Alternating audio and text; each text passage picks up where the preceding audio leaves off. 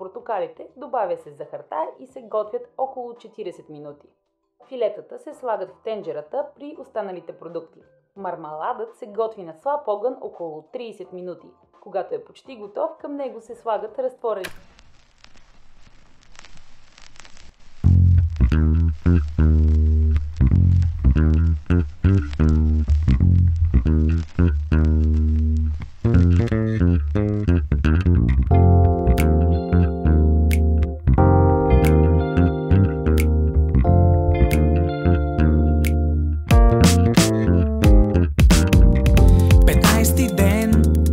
откакто си далеч от мен. Ти ме изостави, всичко хубаво забрави, защото сме били различни. Помня първата ни среща, тогава бях една на 5. С устните си те опитах, от тогава те обичам, били сме заедно винаги. Отваря вратата за теб, моля те, върни се в моето сърце. Как искам да усетя твоя вкус по моето човешко лице. Мисля за теб, аз и ти отново заедно. Свилия и пак у дома, нямам друга по-красива мечта. Вярно, аз съм човек, а пък ти домашен мармалад. Но стига с глуполи, с мене моля те, бъди домашен вкусен сладък мармалад.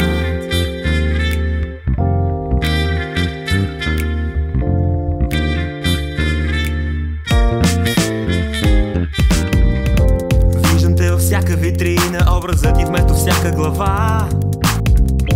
Чудя се какво ми се случи, как може така разгреша. С купешки мармалад аз търгувах, опитвах се да стана богат, но разбрах, че няма да съм никой без домашния си вкусен мармалад.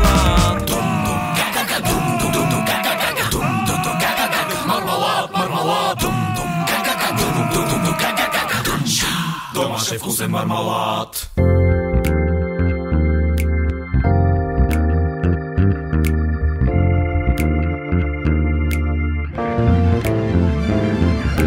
Тайно мисля за теб, аз и ти отново заедно. Свилия и пак у дома, няма друга по-красива мечта.